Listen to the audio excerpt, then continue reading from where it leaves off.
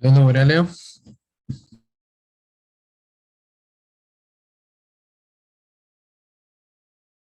Labas, ar girdit mane? Ja, puikiai, viskas gerai. Ir kad biškinė taip girdit. Bet, žinokit, gan gerai. Jo, dabar aš prisidėjau ausinės, dabar turėtumėt girdėti gerai. Alio? Visą laiką girdėjau gerai. O gal aš negirdžiu? Aš girdžiu puikiai jūs. O, dabar puikiai. Tiesą sakant, Dabar ar... be ausinių geriau girdės. Kaip? Be ausinių geriau girdės. Ne. Abudu gerai, viskas ok, bet geriau be ausinių buvo. Ne, nu pabandom. Nes man truputėlį patogiau dėl pašalinių garsų čia aplinkui. Viskas kaip gerai, tai lūktelim turbūt, kol susirinks dar visą. Jo, lūktelim. Irgi spilda dar vandens.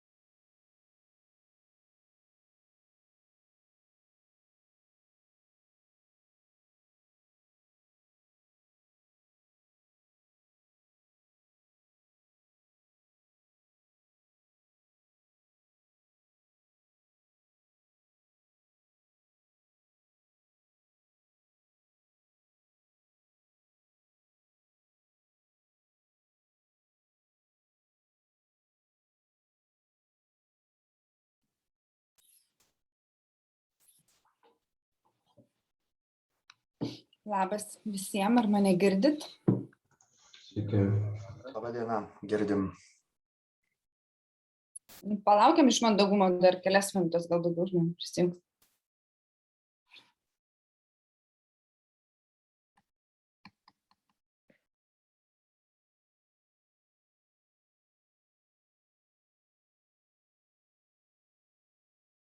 Kaip gyvenat, kol laukiam kitų dar, bet 3 minutės galim palaukti.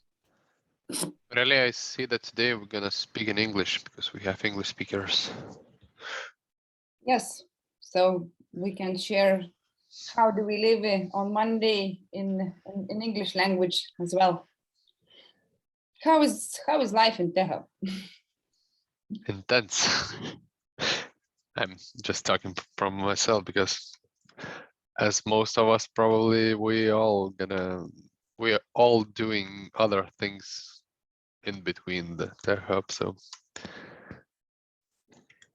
But it's natural life, so me as well, because I'm also have a startup and co-founder of startups, so so many things around are coming. So that's natural. That's natural thing. So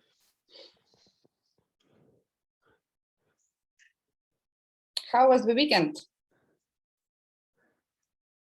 pretty much slow because after COVID I have to sit at home. Oh, so what happened to you? So do you have? Yeah, got Is COVID it? with got COVID, but already almost ended. Like officially I can move and can go around, but still feeling a bit of it. Mhm.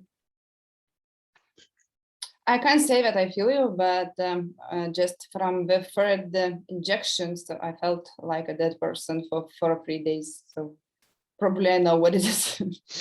The temperature was like 39.5, and then I couldn't barely stand up from the bed.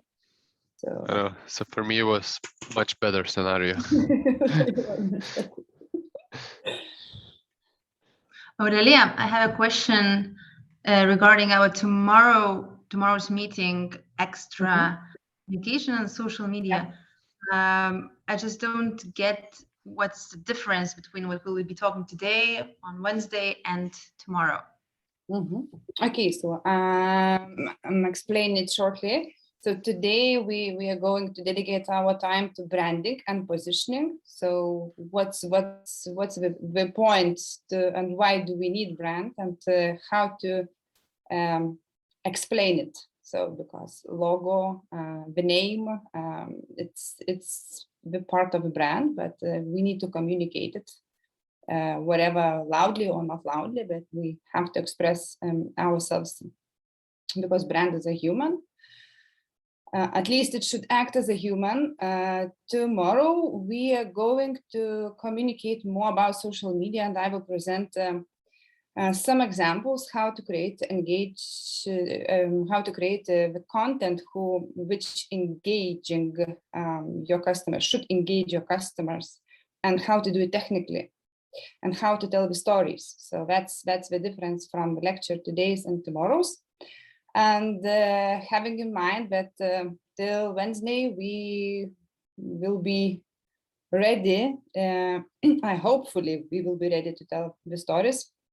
We are going to have a workshop together, and today I will explain the homework and ask you during these 2 days to prepare yourself to explain what are you creating, what are you doing, what is your brand uniqueness. It would be very nice if you have a name already, because most of you, I know that you already have names, but you don't have brand promises, you don't have slogans. It would be nice if you could have a chance to create it. So basically the workshop is needed to share among each other, so what we are creating, what we have created. Because from previous workshops, so I was really happy because the how to say, the biggest values that you're sharing among each other. So I can tell how to create it, but when you're starting to do it, when you're starting to formulate it, and others are listening, and then some advices are coming. So that's what we are going to do with 3 days. Today it's all about the brand, understand you the whole picture, what it is, why do you need it. Tomorrow, social media, 2 hours, and then on Wednesday we're gonna have a workshop. Is that okay? It's easy. I got it. Thank you. Tomorrow also from 4 p.m. because I haven't seen in the I timeline. think from 3 p.m. tomorrow. Tomorrow will be from 3 till 5. Okay. If I'm not mistaken, so I will double check, okay? So, but at least in my calendar, it's from 3 It's o'clock. from 4 in my calendar, 4 to 6. Yeah. Okay, so maybe it's something wrong in my calendar, so that's fine. So I will double check and then write you during today's lectures. With just 1 second. Tai Aurelija, aš paklausiu. Okay. Yeah, I think from 4. I was thinking from 3 o'clock because, but not sure now. Just hesitating.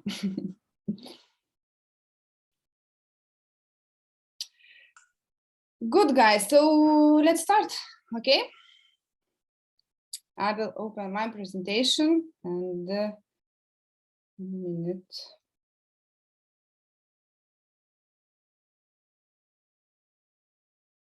Mhm.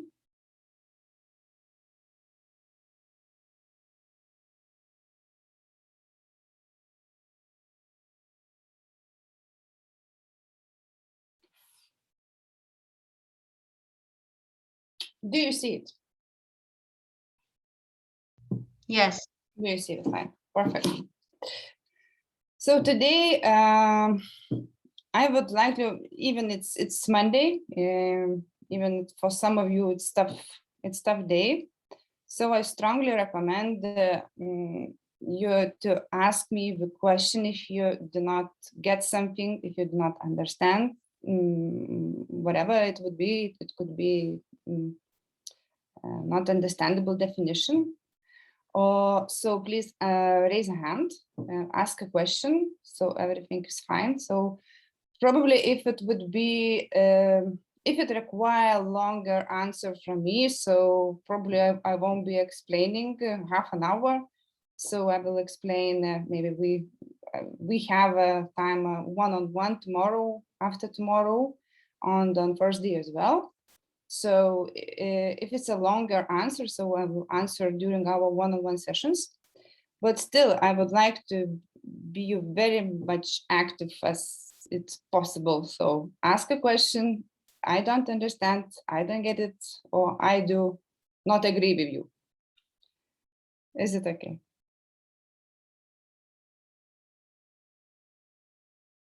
Why is the silence? Why is the silence? Come on. Why is the silence? Okay. So now we are talking not about metrics. We are not talking about numbers. So be aware that today's lecture, the main difference of this lecture is because we are talking about brand and about emotions. So basically, it's all about the feelings. So it's the 6 parts. I don't like to call it presentation. Maybe it's a content I want to share with you. So and present some examples which worked for me, which worked for another startups. So what we are going to talk about today, about the brand strategy, what it is, what does it mean? So basically, everybody is talking brand strategy. So what's behind it? Archetypes. Have you heard something about archetypes when building a brand? That's the question. So please be brave and then No. Scope. You're talking about these need scope archetypes? Yeah, we are talking about need scope archetypes. Yeah, somebody knows need scope. Wow. I finished just last month a brand manager course, 3 or 4 months. So just there was a lot of information from your, I think, lecture. Yeah, so let's see. So maybe you have some questions or some reflections already on it, because you know what does it mean, what does it mean, and why do we need it. So the third part of the content would be what are the components of a brand. So the brand doesn't stand as itself, so it's not only a name or a color. Positioning value, what it is, how to create a brand identity. So from my experience, people somehow missing the point and then thinking that the brand identity and the brand strategy, it's basically the same. So no, it's not. And I'll explain a bit why it's not the same. Sixth part, from my experience, I know that it's complicated to do that, to do all presentation, to give you all content during these 3 hours, because hopefully we will have a break, so at least 15 minutes from all of us. If we won't cover this part, so we will do it tomorrow and after tomorrow during our workshops, so don't be afraid. So every information which is written here will be presented to you. The main point, what and when do you need to know about the brand? Also, I hear the question, I'm a startup, so why do I need it? So basically, I don't know what I'm going to create in the future. So basically, I'm just checking my idea. I'm just looking for a new first customers, and I'm not sure. So maybe I will change everything after a month or after 2 months. So this is very right question. So today, maximum, what do you need to understand about the brand, about the structure, about brand identity, about the strategy, how to build it, maybe in the future when you will be growing and then you will be needed to create more brand elements around your communication. But I will cover these 3 parts. So if you're a freshman, so you need to basically to start to communicate, it's enough to have a logo, simple logo book. Why do you need a logo book and what it is? So because logo itself, it doesn't say anything. When you start to communicate, you need to create social media accounts. You will need to create a website. So basically, you will need more elements besides the logo to have. So that's why you need a short, I would say, version of a brand book.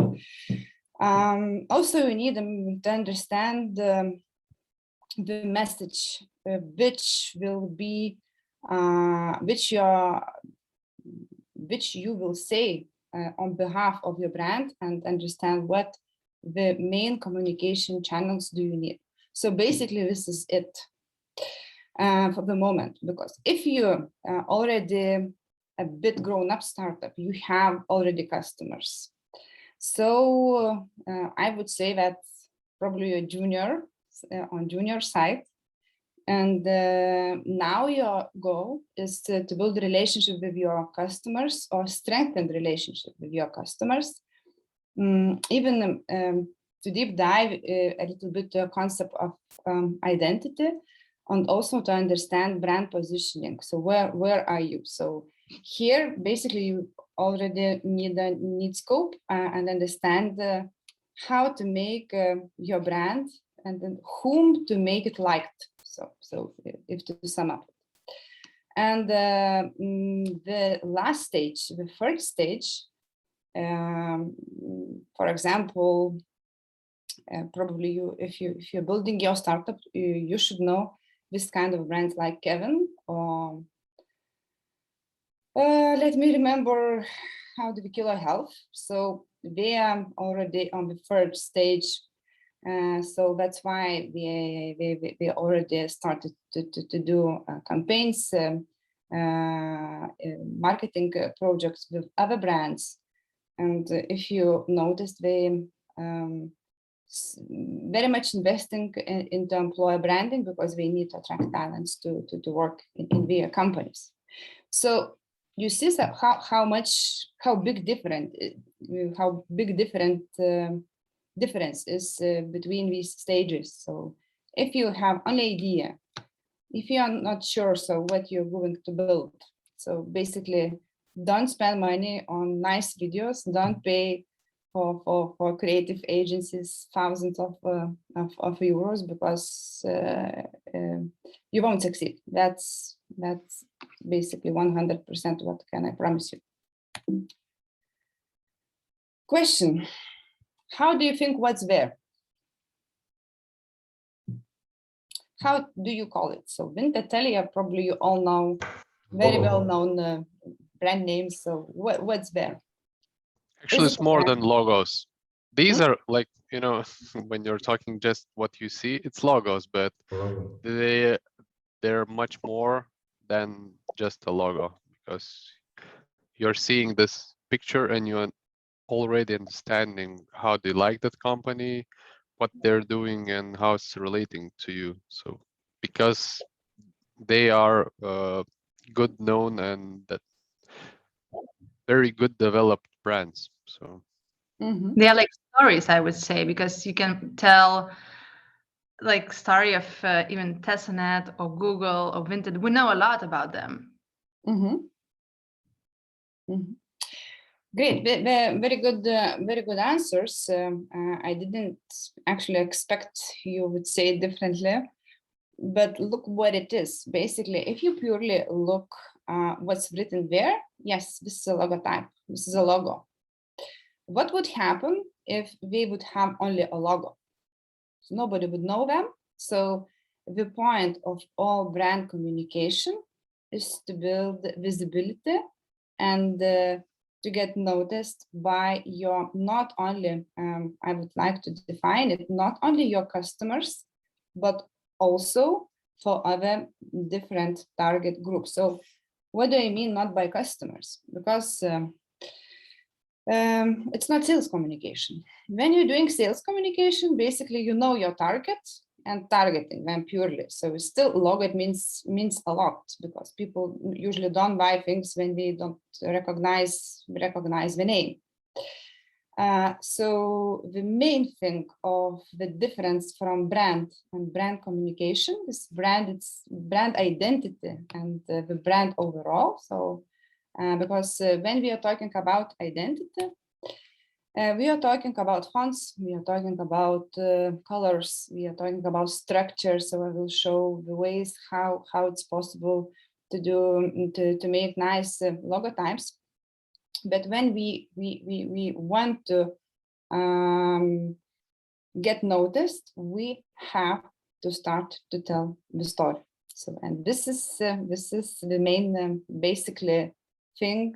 What do you have to know about the brand? So how to do it, I will show you. What's there? So it's not possible to create associations during one day. Basically, it's calculated when. Okay, so I will. Maybe it would be good if I present an example. If you start to support something or to start cooperation with another brand, you at least need around 3 years. Okay, so maybe now that in our times a bit we could speed up a bit with our digital communications, because during the pandemic communication channels changed as well. But I would say you need at least 2 years to build successful brand communication. It's not, I don't want to say that you need to have TV campaigns and to cover, all billboards over the world, or at least in Vilnius or in Lithuania. So there's now we are so happy, I would say, that we have so many digital channels during which having basically we can spread the message from the brand. So everything in our minds. So when I see it, then I see the logo, and I haven't heard from this brand or name anything, I won't have any associations. So it would be just a purely nice picture. But if they already approach me, I have a good associations, so I will consider to buy it. This is very short, very simple, but I would say the also maybe most meaningful slide of all the content I'm going to present you. Brand is all you do, and say, I can be, and I would like to be a bold here and say that brand cannot present itself or themselves, for example, LGBT friendly, and basically act in a different way, or even worse, if you do nothing. So if you think through about the brands who did it, it's basically nowadays it's very popular. It's very popular to. I just taking an example. It's just an example, and because it's I think it's easiest way to describe it. So, for example, Telia. When the special day comes, we in social media we changing they had this headers and icons. So that's just one brand I mentioned. So basically, I think we can calculate at least in Lithuania 10 or 20 of them. Yes, we are expressing the support, but basically what we are doing about it, it's nothing. So my suggestion is if you positioning yourself and strongly supporting the idea or whatever, it shouldn't be LGBT. Maybe it's, I don't know, you're supporting children without parents. So if you say so, it's not enough to donate.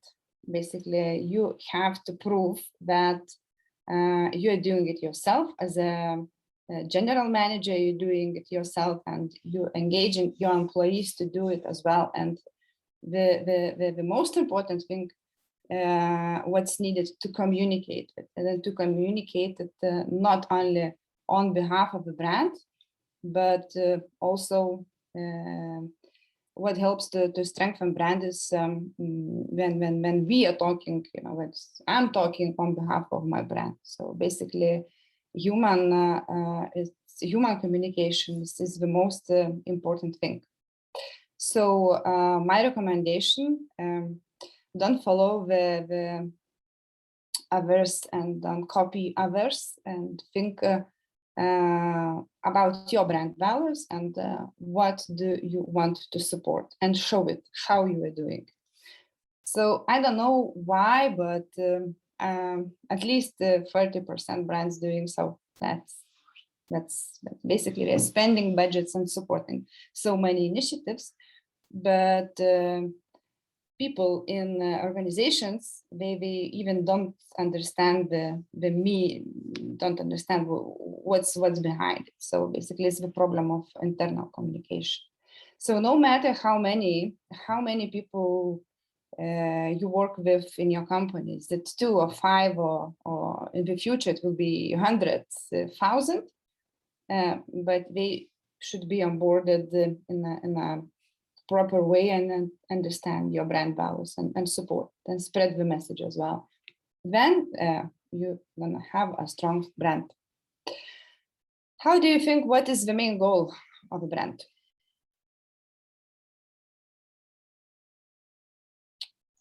Quality more maybe, product quality. Sorry, I didn't hear you. Product quality. No? Mm-hmm. Do we have the options? To do what you are telling that you are doing. Yeah, it's good. But the main thing, so for example, I'm selling apples and the 10 companies selling apples. So what I should do that I would be the main in the market. Let's imagine that quality the same. To be Was it Make noticeable. customers buy from you rather than from others. Yep. So basically to sell your stuff. Mhm. And how and what how I can do it. So probably You just To be more Become a noticeable. desirable. Mhm. Yes, so what I wanted to hear from you, basically it's this sentence: to attract attention and to show uniqueness. So that's it will be how to say, it's very much complicated always to do a better quality, because you will have to spend more and more and more money. That's where the brand comes in. So basically, when you are positioning yourself and then telling interesting stories, so you know your customer, you know how to attract him or her. So basically, you will need much more less money than going, and then increasing quality every day, because you're gonna have a competitor. So okay, I understand it could be case by case. In B2B business, it's a bit different. So, but if you're talking about competitors, and especially if you have competitors in the field, I will show how to do it. That's how and why need scope methodology comes here. It's the best way to choose the special target group and to attract them, proposing your product, basically explaining why do you do that in a different way, or for example, more friendly than others. Investing into customer support. So it's also a brand part, very big part of a brand. So you don't have always to decrease the price or to increase quality. You only need to attract attention and to show how unique you are. Maybe you have a very good, I don't know, so very nice shop. It's a unique shop. Nobody has it. Maybe you offer champagne when clients come into your office. So this is the attribute. So what do I want to highlight here when we are talking about brand? It's not only posts on social media. It's not about the colors. It's not about even the name and the slogan. Basically, you can create a, I don't know, brilliant slogan, the most brilliant slogan in the world, but if you don't show it how it works, if you won't create emotion with your customer, you won't have successful brand communication, and probably you won't have sales. So when we are talking about brand, we are not,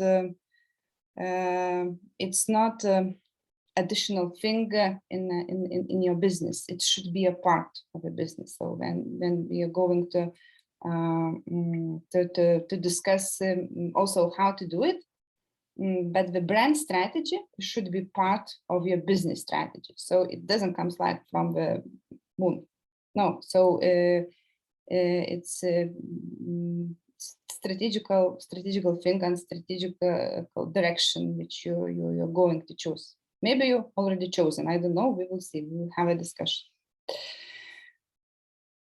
How does a brand look? So, sorry, it's in Lithuanian mid picture, but I will describe in English language what do I want to say. If to choose from where to start, I would think you should think about the value proposition, about how you're going to make relationship with your clients. So what would be the process, how you're going to do sales, how you are going to ask your customers constantly, what do they need more. This is the only one way. I don't know another way. Of course, you can pretend that you know everything and to add some features to your product or service, right? So, but it's the best way. It's to ask your clients. So if you have 5 of them, if you go doing the B2B business, so I think it's enough to call, I don't know, once per quarter and ask how do they feel, what do they want from you, do they satisfied, and that's it. And you by knowing their feedback, you will know how to improve your communication and your services. And that's why I think Ugnius so much trained and training startups while talking about the offer, this value proposition, because without this downside part, I don't recommend even to start to build up a brand part. Why? Because you can tell your clients, I don't know, whatever do they want to hear. You can create a very nice logo. You can spend on advertising. You can create a magic website. You can organize a lot of events and then to buy all journalists in the world. But if you won't fix this part or create this upper part, it won't work. It depends. If you're a scammer, then you need only the top part. Sorry, I didn't hear your question. What did you say? If you have It a camera? depends. If you are a scammer, so you need only a top part because you want to get as much attention, and your the things what you are doing is not a very long time. Mm-hmm. Yes, you're totally right. So when we are talking about the brand, at least you have to think that you are going, that basically the brand communication is needed only then if you have long-term plans.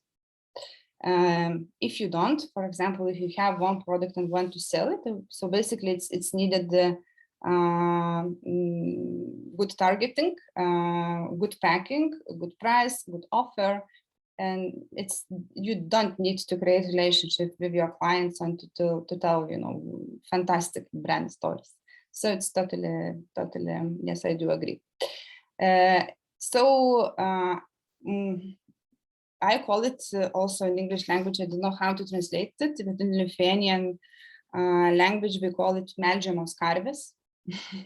So this is the definition of the product. It's not usually it's not a service, it's a product.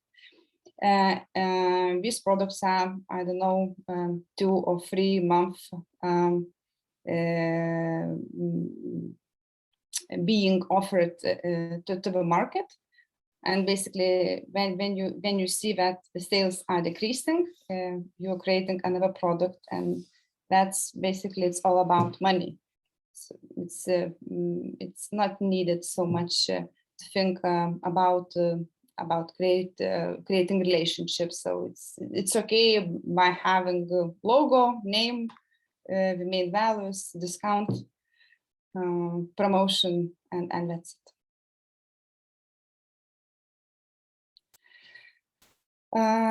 Your brand is a part of a company.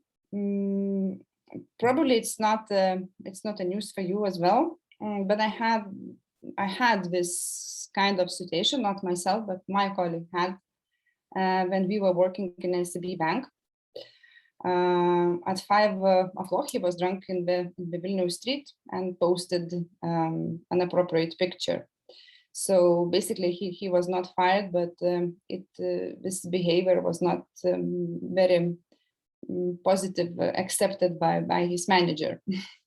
So it depends what brand are you creating, but at the very much beginning, when you haven't had investors yet, I would strongly recommend to use your brand, to use your name, and if you haven't started communicate, for example, in social media, and to tell the story. You're not telling the story why you and what you're doing in TechHub, why you're creating the business. I strongly would recommend to do it. So as I said, this bad behavior or inappropriate behavior also doesn't create a good image. So at least, so when you're well-known person like celebrities, so and if you choose the, for example, players archetype, for those who doesn't know, I will show what it is. So that's maybe fine. For example, that's how a very well-known artist in Lithuania, in Vilnius, and everybody knows Egidijus Dragūnas. But this is his brand strategy. So he is doing that. He's also very much involved in different events. So basically, it helps him. So that's how does it work. The main point in any communication, also I would recommend it to keep in mind it, at least when you are a startup and you don't have, I presume at least, that you don't have thousands and then millions in your pocket to spend on marketing. So first of all, whatever you're doing, whatever you create a sales offer, whatever you create a brand communication, whatever you're doing, or video or creating a press release, think about the goal. So what do you want to achieve? Then the message for specific target group. So at least in my experience, I recommend to have only one goal. Sometimes, especially what we are doing at TechHub, we are mixing communication. Basically, this is how we are attracting young companies or whatever people who have an innovative idea to apply in our pre-accelerators. Sometimes we're mixing it by telling the story. For example, I'm promoting it and putting the link apply here, but still I would call it's not a sales communication, it's a brand communication, and the message is for specific target group. So if you're creating a message, so try to think and to dedicate to only one group. So basically, if you want to tell something and to attract bloggers and journalists to write about your product or service, it's one way of communication. If you're targeting your customers, it's another communication probably, and could be different channels. So 3 things to also keep in mind: go message and the right channels, and then these channels in some ways definitely will be different. What do I mean 40 and 70%? Sometimes happens also from my experience that it's very nice. We are all creative people, and we are creating content, very nice pictures, videos, whatever you name it. I mean, it's even maybe it's more convenient to create a content because it seems like you know how to do that. And what happens next? You don't have money to promote it. So that's why I would say this formula should be for content creation, 30%, at least in your case when you are early stage startup, and allocate 70% for promotion.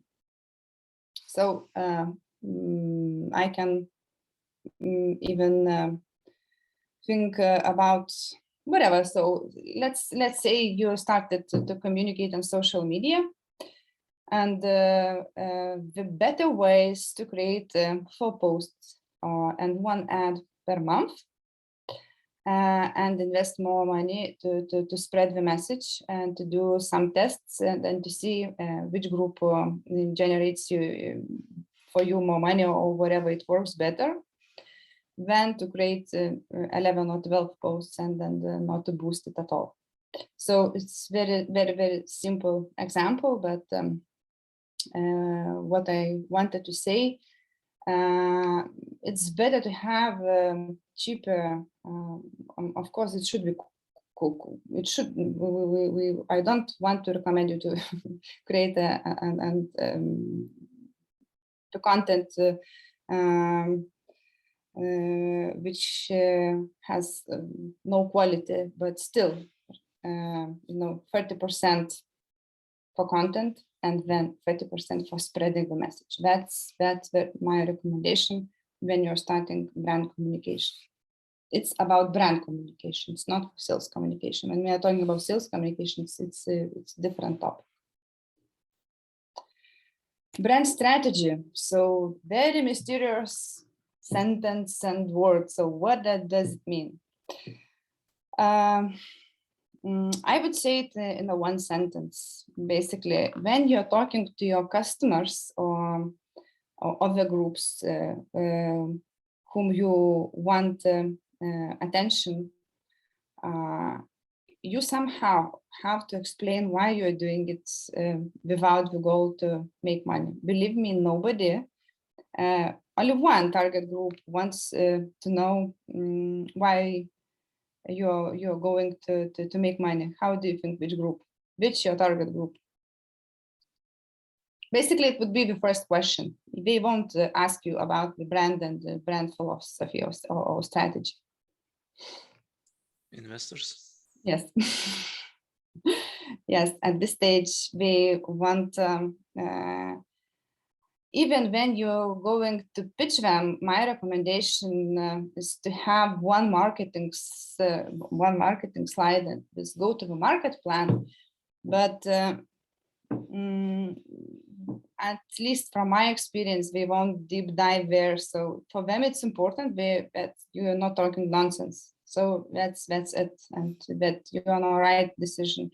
So for them, it's important that you understand your business model, that you understand the market, you have a strong value proposition, and basically the last but not least is the team. So if the team is not so strong and we see and then hesitate, so we don't want to invest. So even you will have a very precise business model plan. So other people, we do not need to understand why you're making money, because again, what did I say in the beginning of our meeting, right? We want to understand why you're doing it. So basically, the brand, it's not like a building. So building is not communicating, name is not communicating. But when you're getting, I don't know, awards, when you are starting a new project, when you're participating in the events, when you're organizing webinars, when you're supporting something, and you inspire, you want to inspire something. So people starting to feel something positive to your site. So this is how really brand strategy works, and the main benefit of a brand communication. So with your messages to create these positive emotions, which would attract, or at least they would pay attention to you. So basically, it's not. I wouldn't believe and then didn't expect that from day one we would start to somehow to appreciate you. But after half a year, after 1 year, so you can see the benefit of the brand communication. And of course, it's very, we will talk later about it, but it's this consistency is also very, very important. So it's not enough to create one message or one short campaign and then disappear for a half a year. So it's a bad case. The main attributes of the brand, only 3 of them. You will see in the next formulas why it's important to understand your value proposition and why it's important to be able to say it in one sentence, because you will need it when you will build your brand strategy sentence. So that's why it's important to have it basically now. Archetype. We will deep dive in a bit into Netscope. Why it's also important, because we are human beings and then we can't like everything. So basically people, for example, one type of brand I can love it, so but if I talk to you, so you can hate it, so and that's fine. The worst scenario is to not to be, but to how to say, to want to be loved by everyone. So don't expect it won't be. So if you have this plan, you're already losing. So it's one of the examples. It's not a startup, of course, but I'm talking about Nordea Luminor, which is now is a live brand. Luminor probably, right? So basically, they have this undesirable position because they don't have identity. So basically, it's when you asking people what are they, so they don't have a clear face. So that's why I recommend not to be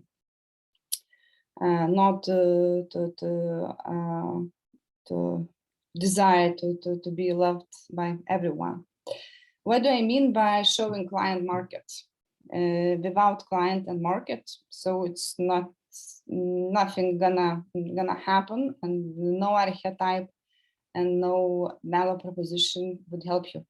So basically, I would start from there. So when you know your client, when you know that, for example, 200,000 people will buy the service or product from you, then you can try to explore your competitors and to see what kind of archetype they have already.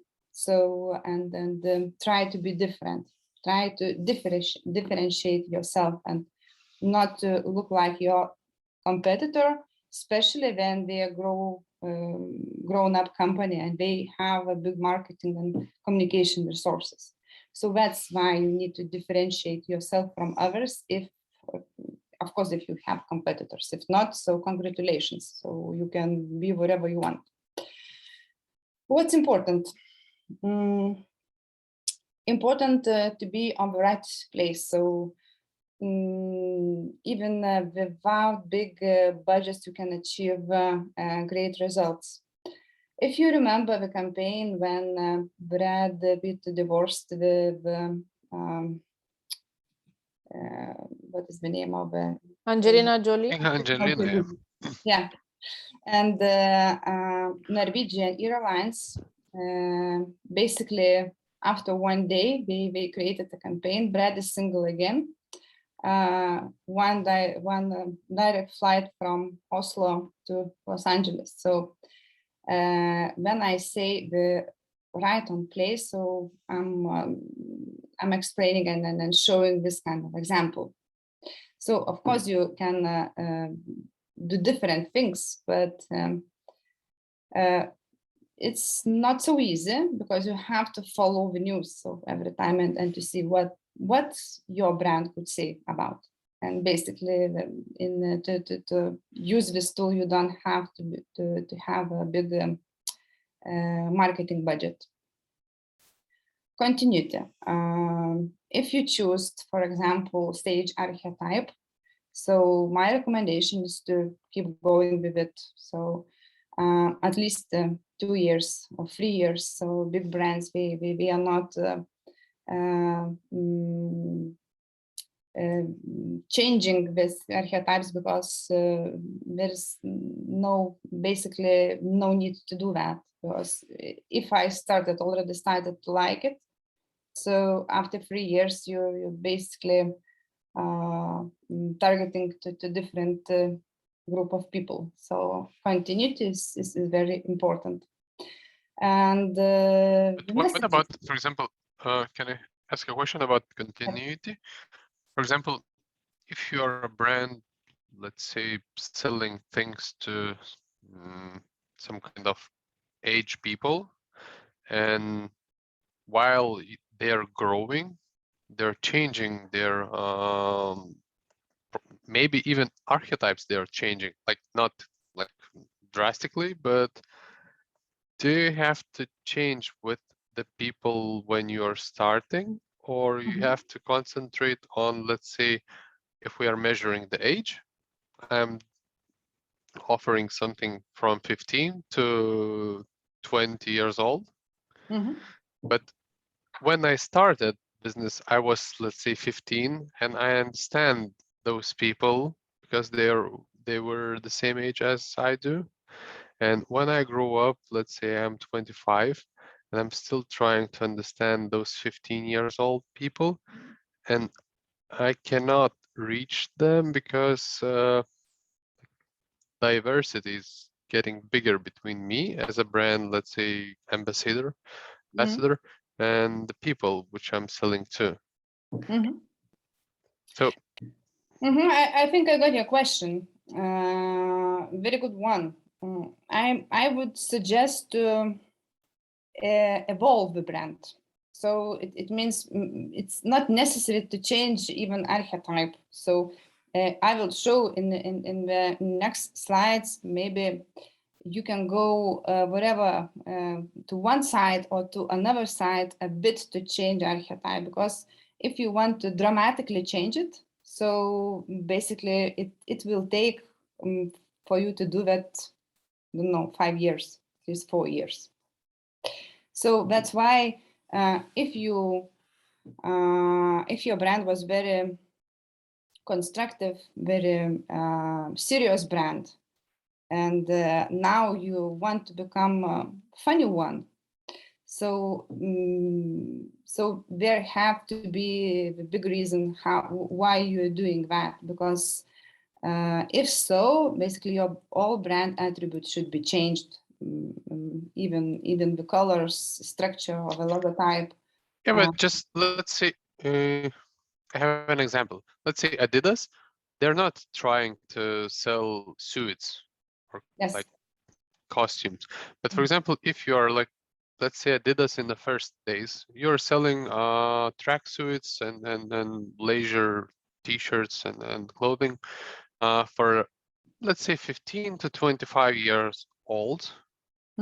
And when you're getting older, the company is getting older also, but they want to get more people, and you have to diversificate your company to, let's say, those 15, 20 years old people, and you want to add some more people who are, let's say, 25, 35, 50 years old, because they're also doing sports, and your product could become also like, they can become a part of your brand, those people.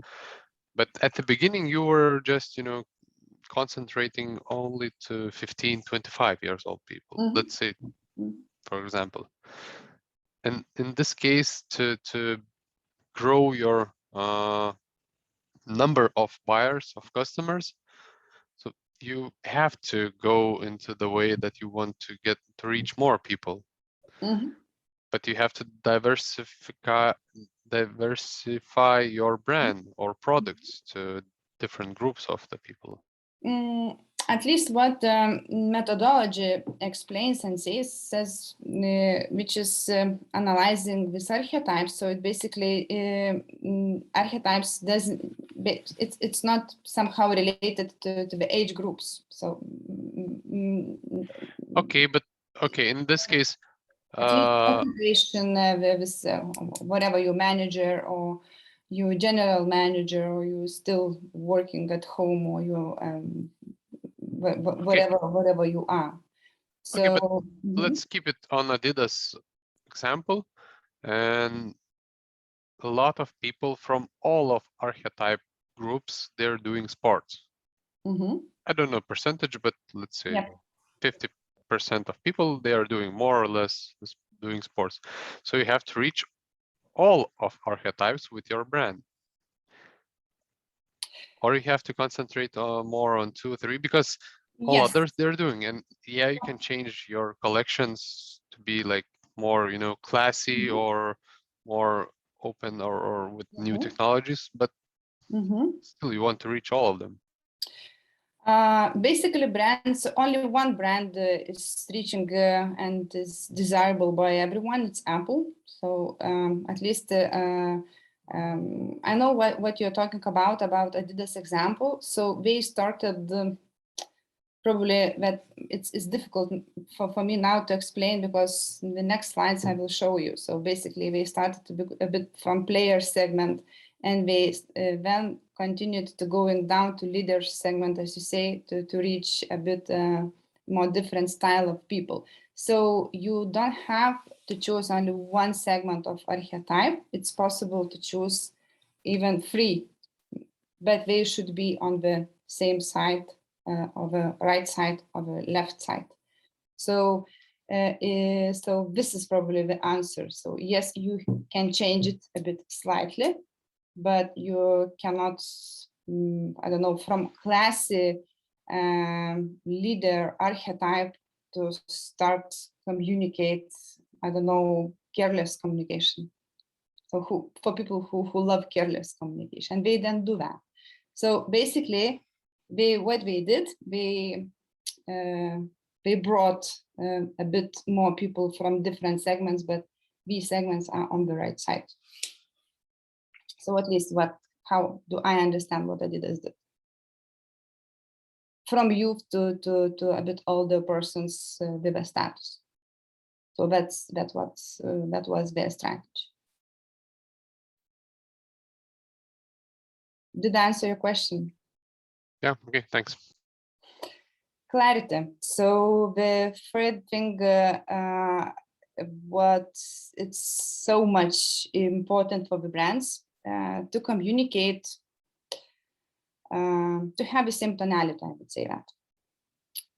If you choose to communicate, I don't know, with and to use in your communication short sentences, so you have to continue it. But basically, I think this feature is important for all type of archetypes and brands. Clear message. What do you want to say? So at least my recommendation is when I'm writing a message, I'm showing to my 5 colleagues and say, do you understand? If 4 of them do not understand, probably it's problem in my writing. So I'm changing and fixing that. So this my recommendation is to when you're starting to communicate and you're only a beginner, to show somebody else, and don't be afraid to be criticized. That's okay. So probably it's okay when people will feedback you. That feedback is a gift, actually. One more thing, what's very important, brand values. So I see from that we already have 1 hour and 20 minutes. So we will be talking about the brands in our workshop or tomorrow. So a bit we can't do it tomorrow, but I would recommend to leave it in a workshop and explain what it is. Basically, brand values. So what's the main benefit of them? When you have it, when you have 4 or 5, it helps you to create constantly the clear message, to be right on the place, and to continue do that. So this exercise we are probably going to do on Wednesday, because we won't have time to do that.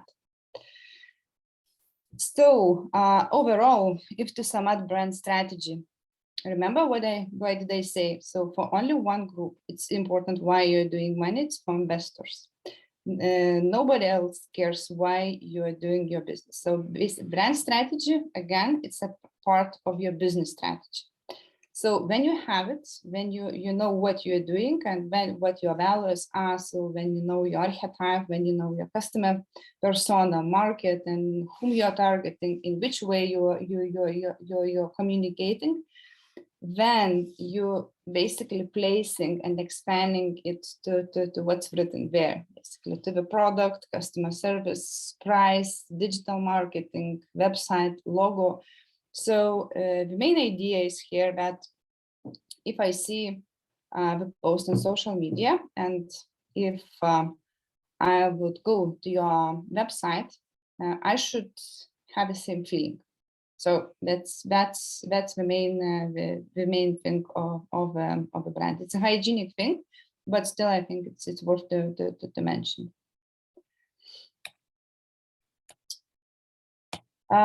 This funny part about Netscope, what it is, Netscope methodology groups basically people into 6 archetypes, character types, I would say. One of them is player, the second one is leader, the third one is sage, the fourth one builds the trust, the fifth very optimistic, and the last one but not least carefree. So basically for last one, for these carefree people, I even don't know the brands who are communicating except one, but I cannot tell you because there will be a short exercise to do that. Then we were talking about Adidas, and I was explaining this right part and the left part. So Netscope methodology, what it explains? It explains human emotions. So because we buy, because we feel. Okay, so there is a small difference in B2B and B2C sectors, but still we like it or we don't like it. So this is a brand influence. So if you like it or you don't like it. So this dynamic archetype is very much players type. So we are very energetic. We like to test new things. Basically, we don't want you to be very much trusted. So if you're a new brand, if you're telling a nice story, interesting story, okay, I will go for it. So in this segment, basically, yes, it's domination for younger people, and they want to buy new things and innovation things as well. So when we are going a bit down, so we are facing with confident and egocentric people. So in this purple side, we have leaders, top managers of the companies. It's all about me. When you are communicating to this type of segment people, basically they don't want you to explain so much. They know why do we want you. So be short, be straight, and be confident. So because they would like that kind of communication.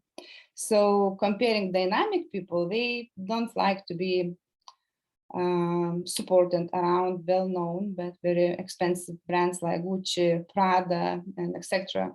So they would choose local designers or whatever they will make a suit themselves. So it's for them it's important to be very much unique. And if you fail, yeah, they probably forgive you. They will say, okay, maybe next time you will fix my product, and I will come back to you because you're interesting. So this interest takes everything. Comparing confident people, they won't come back to you. They say, okay, when you grow up, then I will go back to you because I don't want to play games there. So you know what is the What is the difference? Competent people, they do not expect from you that you will be will show and then will be very strong and confident. They want to be very much they like very much clear information. So that's why in the segment you can meet so many medical companies, because I don't know, so should I want to go and to bring myself into dynamic medical clinic. So I don't want them to make experiments with me, right? So that's the competence, that's the most important thing. And also I want to be informed about possibilities, about opportunities, and expect altruistic, a bit focused and altruistic communication. So while I'm talking it to you and explaining this needs scope methodology, the segmentation, think about your service or product. So which way you should or you would like to move. But keep in mind that also, if you haven't done research, so please do research. How do other brands look like? So I shouldn't recommend you to go to the same site. For example, if your customers, if your competitors acts like, I don't know, dynamic, maybe you can choose competent or trust segment or friendly segment. So it would be different, very much different. Friendly people, sorry, so this is not friendly, but still this fourth segment, brown one, we want you would tell them real stories, support them every time.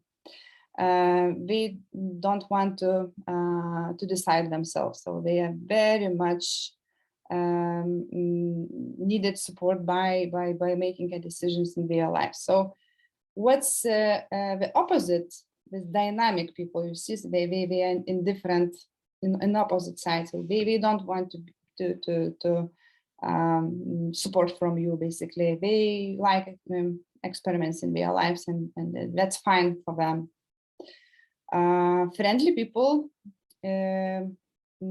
basically they what's written there, very much we-orientated people. If confident segment customer would say, I decided and I will go for it. So friendly segment people will be waiting from you that kind of communication. 70 people joined our website, please join and be 701. So we keen to do like others. So comparing confident people, we won't do that. So you shouldn't communicate them that you will be 701. We want to be decision makers, and then they make decisions despite from other what other people think. And the last one, this carefree segment, as I said, it's the most, for me at least, strange one, and also it's for I think it's for probably for younger people. So that's because not so many brands are keen and try to positioning themselves in the segment. So it's very much younger people who doesn't know how much money do they have in their pocket. So I would describe them in this way.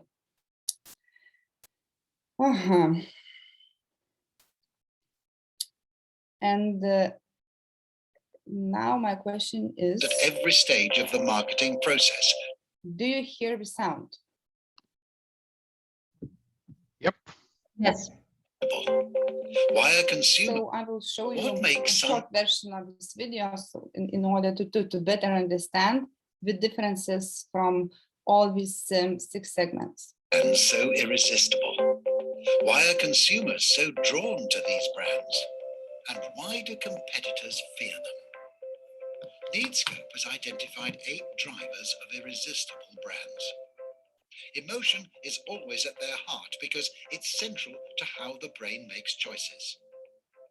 Our brain works in 2 different ways. System 1, the fast, frugal brain, drives most of our daily decisions through emotion and intuition. System 2 consciously rationalizes System 1 decisions, but is slow and resource intensive. Needscope helps marketers understand and navigate the emotion in brands. It's based on proven psychological principles, the Jungian concepts of archetypes and the collective unconscious. Needscope uses a framework to unravel consumers' conscious and unconscious needs and how brands satisfy these. Symbolic photosets help explore the unconscious layers, and validated projective tools help consumers reveal their subconscious emotive needs. The Needscope model helps navigate the emotion. It has 2 underlying dynamics and 6 universal emotions, symbolized by colors that drive brand choice. The emotions are also expressed through common archetypes, and each emotion has different dimensions.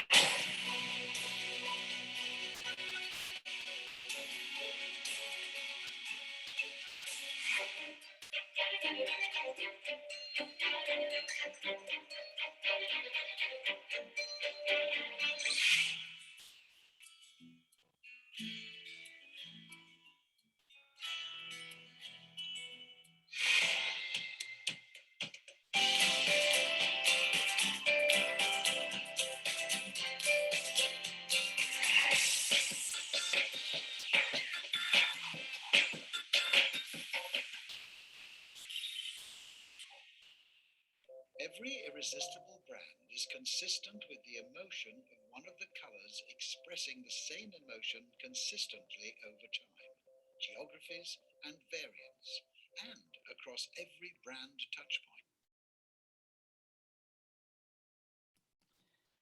Okay, so I think it's enough probably to understand what are the differences from of all these 6 segments, right? I can see you. Why I can see you? Okay. So each emotions, as it was mentioned in this video, has different dimensions. So answering to your question, so what to do? Should you choose only one segment? I would recommend to choose not only one, but to take something from upper side and from another side. So basically, it's the most important thing not to mix everything. So if you want to be liked by leaders, you will be liked by leaders, but you won't be liked by friendly people because it's opposite communication, which should be communicated. So talking about archetypes, so I suggest now to understand it even more clear, to play a short game. So probably you know all animals, what I showed you. So how do you think, if you would like to choose to communicate and to choose animal in dynamic, confident, competent, or whatever type of communication, so how you would divide it? So if to talk about dynamics, so how do you think which animal belongs to dynamic communication? He's monkey. Monkey. So for which one then belongs to confident, competent, trust, friendly? Let's Confident. I can tell in my Lion. opinion. Lion, confident, competent, or No, confident, I will say tiger, and competent is lion. Mhm. Trust. I think it's giraffe, probably. And friendly, carefree, it's cat and the dog, and not sure where to put each of them. Friendly Maybe cat, dog and carefree, and carefree. friendly dog. And always Yeah. trust dog. Stress dog. Yeah. Okay, so I have a few more examples. So I will show how it is in reality. So basically, the tiger, why is tiger belongs to dynamic segment? Because he's very fast. So yeah, and it's actually in this video, the tiger was shown in red segment. Confident is lion because okay, he is fast, but it's basically he has a bit less energy. So it's a bit there are differences between tiger and lion. So dog and monkey actually can be one, and another one can be in friendly and trust segment. So basically dog can be used in friendly communication and monkey can be used in friendly communication. Giraffe in carefree, that's definitely because it's at least it's described as a funny animal, and you can play funny things with the giraffe in communication. Competent, why cat? Because the mostly if you choose to communicate to this kind of segment of people, keep in mind that we're very much introverted people. So the most introverted people from all the segments.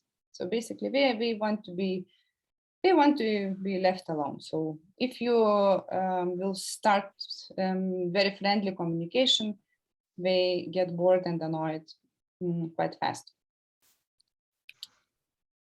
Another one about the cars. How do you think which belongs to dynamic, confident, competent, and another segments?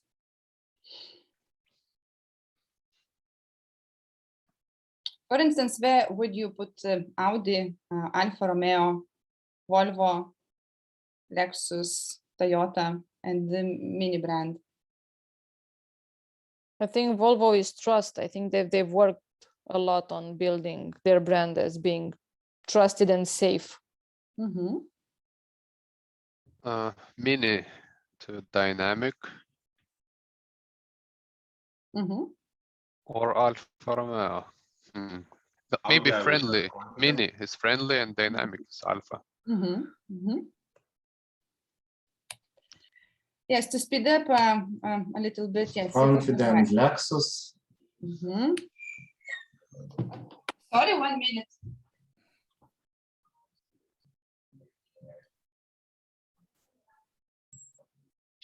Competent will gonna be Audi, probably, and Lexus confident. And And Toyota friendly. So what is the introvert competent? Audi. Audi? I don't Or think so. Lexus. When I see in Germany how we are riding, so we are not introverts, I think. Yes, you were right about Lexus. And yes, But Audi competent, oh my God. yeah, Audi It's is not. competent. Maybe it's not this one, Model S8. It's not all model. Yeah, and then the last one comes to friendly one. But why all the friendly ones are in, let's say, Afghanistan and other countries? I mean, all US troops have Toyotas, no? No, so I cannot answer to this question. Why we are building that kind of brands, but that's how do we do. Okay, maybe it's outlier. Okay. Yeah. And one more example with the brands. SCB confident. Rolex confident, I think. Mm-hmm. Or Rolex, yeah, competent then SCB. Mm-hmm. Yes, Fanta. so sometimes it's a bit not so easy to define which brand belongs to confident and competent, because sometimes it's very much similar. But where you would put Fanta? My question. Carefree. Carefree. Yeah, so when I said that I know only one brand which communicating and then approaching that kind of carefree people, so I know only one. So that's fun, because it's a very complicated one, and if you're building one brand, so and don't think. To have a series of a brand, so I'm not suggesting to choose Carefree, because it's too complicated and too dangerous, I suppose. But the main thing is what I would recommend to do, so to check the market. So how do the And I think Sprite is not the same like Fanta. So Sprite, I think, is more friendly or dynamic. Yes. More friendly one. Friendly one. Okay. I will say Coca-Cola is friendly, Sprite is dynamic. Sprite is I wouldn't say the dynamic, or Coca-Cola. Yes, it's definitely they belong to the right side, to the friendly communication, because as you see from their ads, there are a lot of people, events. This is joyful communication. And the last question: how do you think if I would show Swedbank logotype, so where you would put it?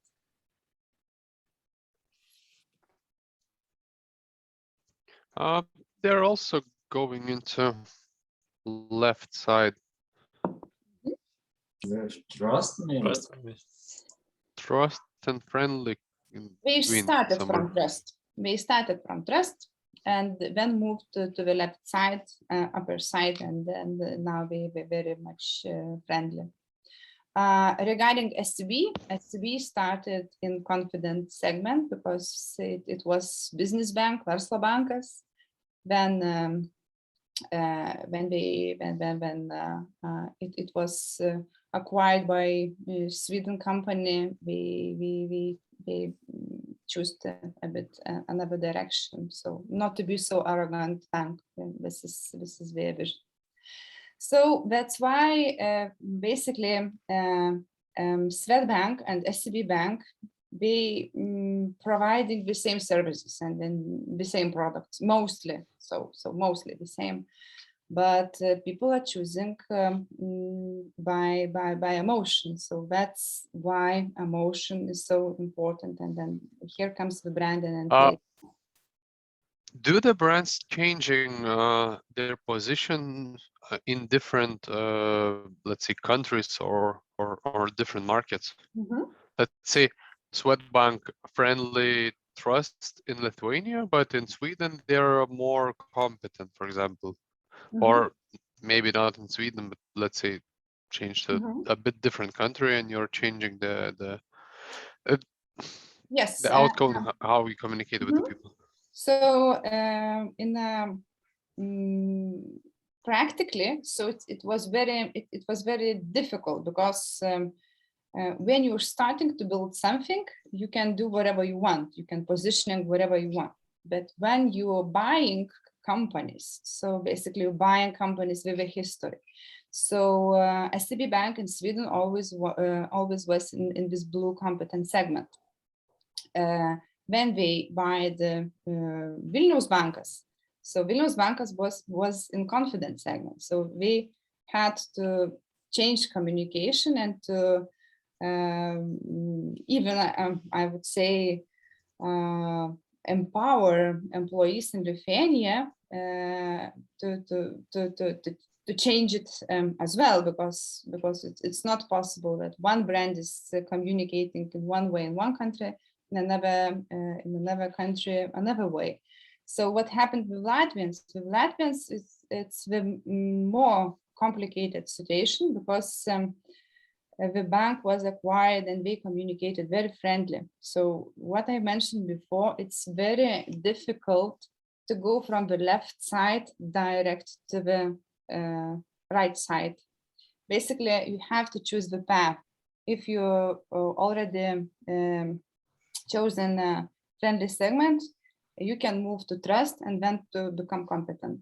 So that's the way how it goes. So it's not possible to jump so fast from one segment to another segment.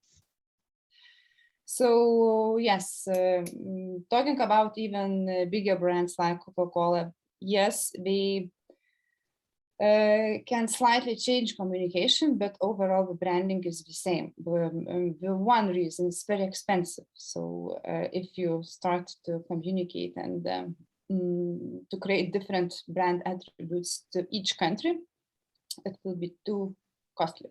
So that's why we don't do that.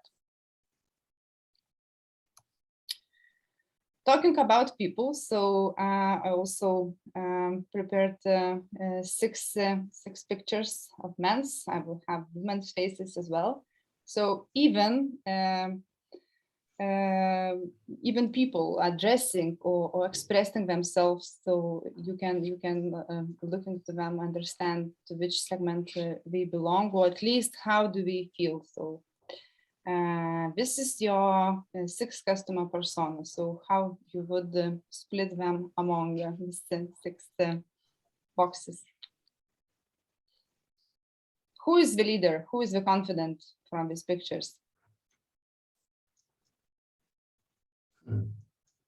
That on the left in the middle. Which one? This one? On the left, this one, yeah. Where you would put this happy, extremely happy face? Dynamic. Dynamic. What about curly guy? Friendly. Carefree. Yes, so if I would put the curly guy with trust. Okay. Yeah, yeah, absolutely right. This one is dynamic because so much expression, happy face, extremely happy face always will be in a yellow segment. And why there is confident? What is the difference? Because competent. Competent guy won't wear very expensive suits. So that's for them. It's the most important thing is decency and then quality. If to talk about confident people, so you would meet men with expensive, at least we want to be seen like that, and wear expensive shoes, expensive pants, suits, and as well. Dynamic people, they don't.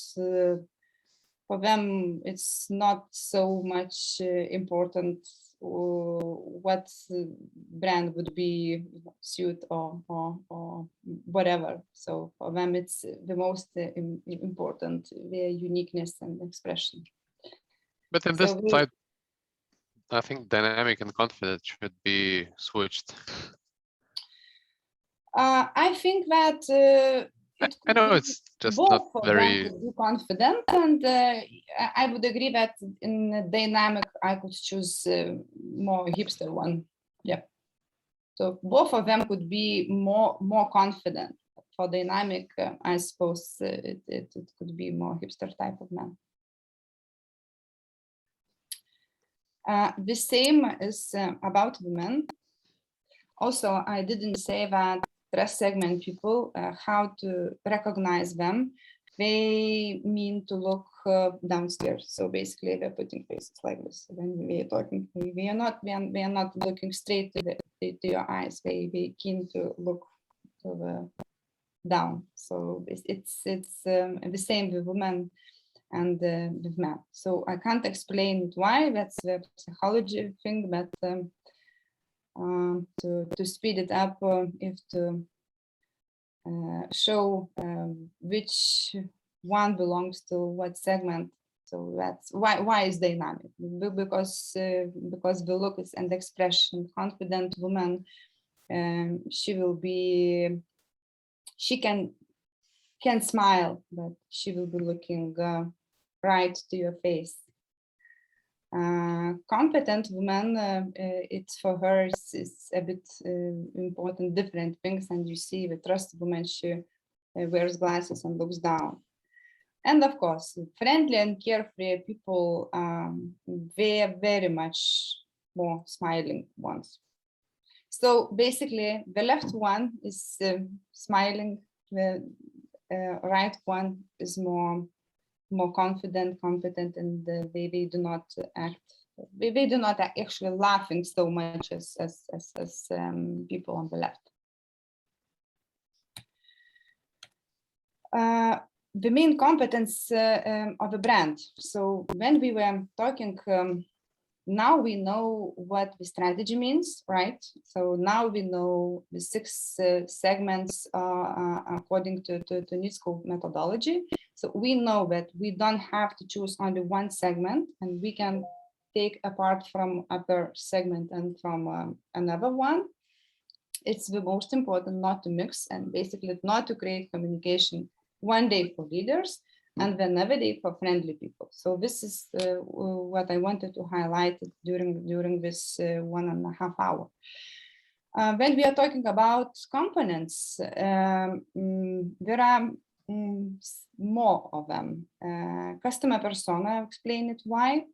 Value proposition, I think till today you could identify, or at least know what you're doing. So we will have a brainstorm on Wednesday, and I will be asking you to share your value propositions.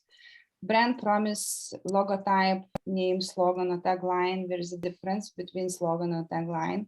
Brand values, what I wanted to say that we're gonna have a workshop and you will be identifying your branding values with basically because of one reason. It would be easier for you to tell your story. So what you're doing, why you're doing, and what's important to you.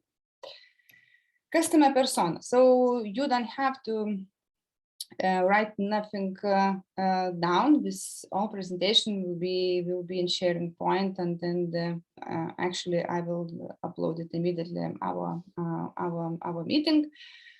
I suggest you when you be talking about customer persona, not to think about motivations, personality so much, but to keep in mind basically 2 things: how you can approach your customer. Basically, people are buying because of 2 things. Either we want to achieve a goal, or we want to solve a problem. And when you will be describing your customer personas in this way, so you would understand their frustrations, their goals, and probably you won't have only one customer persona. You will have several of them, or 3 or 4 of them, and that's okay. Basically, from the brand perspective, tonality should remain the same, but the messages will be different. For example, if you're approaching teacher, right? So teacher can be manager style as well, competent style, and the self-employed women could be also in competent segment. So what does it mean? So basically the tonality should remain the same, but the pains and gains will be different. So when you identify it, it will be easier for you to communicate and to construct the message. To get attention, remember what we said when we were talking about brand mission: to be noticed, to get attention. So you can be noticed only when you're catching up with the message, solving something, or helping to achieve something. Customer persona also helps to create brand and sales communication. So everything is fine about marketing. Now we were talking about marketing. So basically how to build message. So what about the sales? So when you have a salesperson in your team, so it basically if he or her has to call and to make even cold calls, right? So it helps to catch to start conversation when you know your customer. So when you're talking to somebody and you know your frustrations and you know what kind of goals this person would have. So somebody did want to say something, or it was just an emotion, probably emotion. And the first thing, last one, customer persona also helps them for product development. So now I'm bit slightly moving from brand to sales. But what do I have in mind here?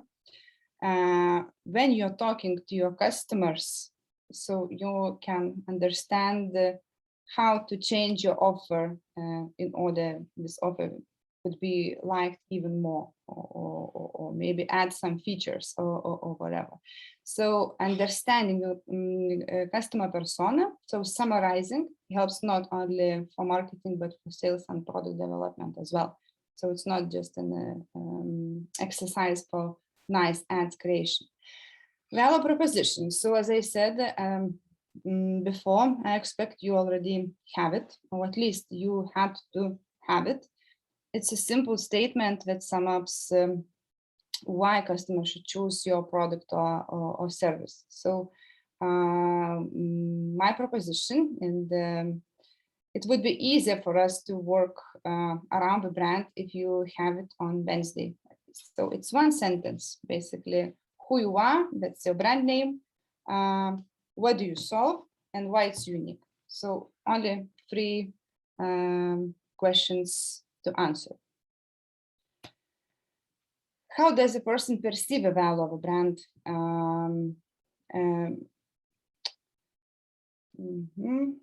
Maybe it would be nicer if I show you rational and emotional benefits. So when you will be thinking why to choose you, I would suggest in your value proposition and in brand proposition as well, to add functional benefits and emotional benefits. So why it works better. So when you explain rational thing and emotional, so 1 + 1, it works always better.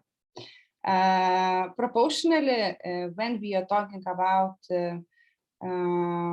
communication to your client, to B2C client, I would recommend to put more emotional benefits. When we are talking about when we are talking to B2B customers, it helps. At least this is a feedback from my client when we highlighting functional benefits. So somebody is raising a hand. Yes, I have a question. Should we choose, or how many benefits should we choose for one brand so that we don't get too crazy with it? Basically, it's only an example, but if to choose, I would say maximum 3. Maximum 3 Ragavai maisto jau šiandien. or 4. Saldaus. Yes, so somebody has mute the microphone. So yes, answering to your question, I would choose 3, maximum 4, because yes, you're totally right that it will be too complicated to understand when we would mix everything about it. And that's both functional and emotional together, 3 or 4, or 3 of one category? It's functional and emotional together. Okay. 4. So, for example, 1 from 2 functional benefits and 2 emotional benefits, or 3 emotional benefits and 1 functional benefit. So it depends on your product and your service. So what I wanted to highlight it there, it works much more better when it combined together. So if you will be talking about only that you will be you will get noticed or feel liked by audience because you're gonna have my product, so I'm not sure I would believe you. But if you would add that it would simplify even my life, so that's fine. So it proves something. So this is what I wanted to say. What's the value of mixing with emotional and functional benefits?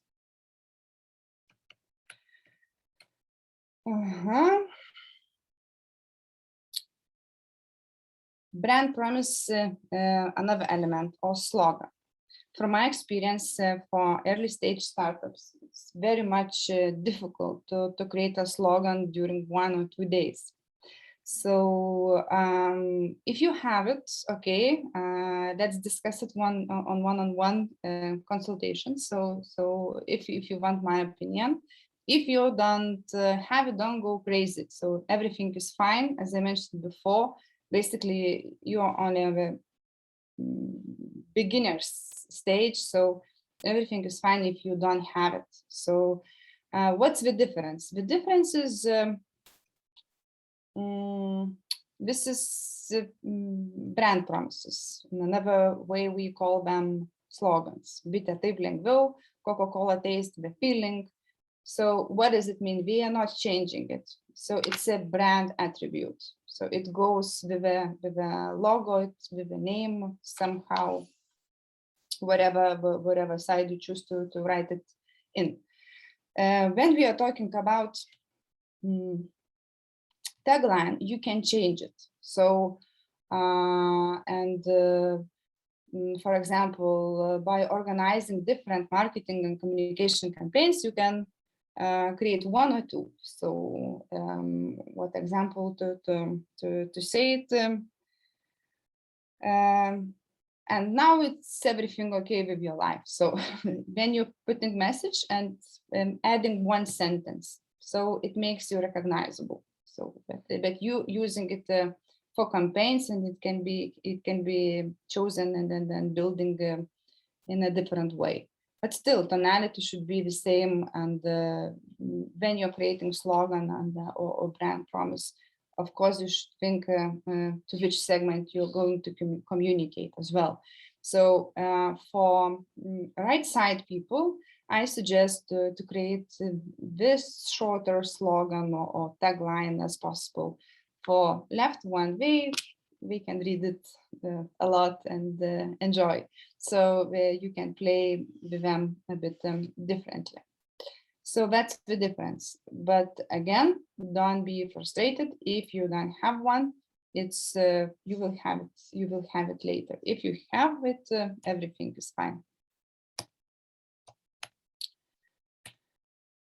How to do that? I suggest just to sit down with your team, if you have a team, and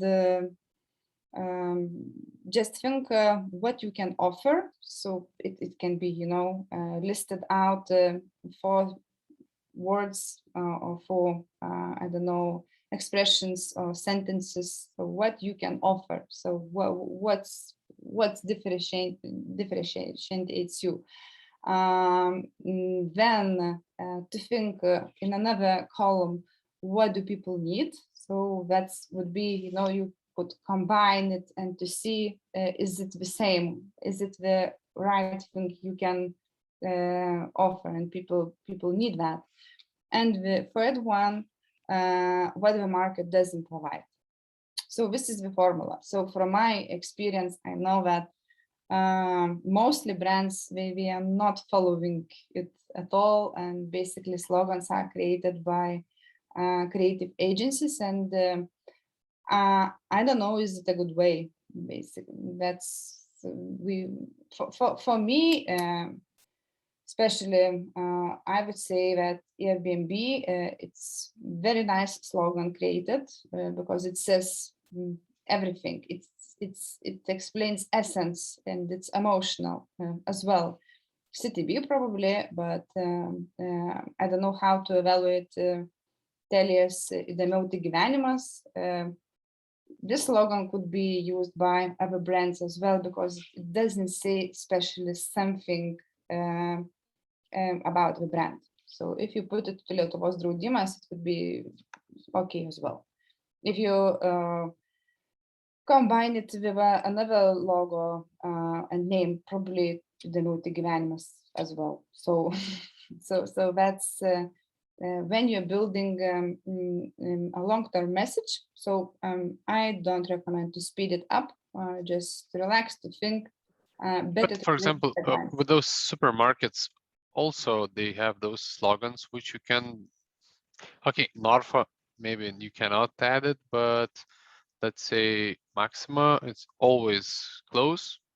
Yeah, it's all the supermarkets are always close to you. Yes, usually. Exactly. So that's why when somebody is asking me, show me good examples, so it's a bit frustrating me, because I don't want or I should or I have to criticize the big brands, because as you said, it's the same. So slogan, tagline can be changed as many times as you want, but still, if you have a campaign which you're running 3 months, so you should have the same tagline. So you don't have to, you shouldn't change it every day. It would be crazy. But when we are talking about slogan, it has to be unique, and somehow you have to find it and then create a better one than big brands doing. So that's my wish would be for you, not to follow not to think that big brands are doing well. So they are not. And to recognize is it good or not, just as I mentioned, just you're putting it, taking it from the context and trying to add to the whatever brand. So if it fits, so basically it says nothing. So probably creative agency created, and then that's my evaluation, my opinion. Sometimes also we are mixing definitions. What is a positioning? What is a branding? What is a brand strategy? So as I mentioned before, the brand takes overall. Positioning, basically, it's very much similar definition as value proposition, only adding more nice words and functional and emotional benefits. So if you're presenting value proposition in one short sentence, so positioning statement will be longer, will be written in a marketing using by more expressions, more words. But still, yes, it's the main task by creating it to have a dominant position in the market and then to increase sales. So this is it. So what's the difference? Yeah. So if I said before that value proposition, it's basically one sentence: who you are, how you're solving, what problem you're solving, and how you're differentiating in the market. So basically, you have to show your uniqueness. When we are talking about brand positioning formula, it's a bit different. So, but I will show you an example, and you will understand quickly what do I have in mind. So, when we are talking about audience is not people like Aurelia who live in whatever in the city of center of Vilnius. This is not the audience.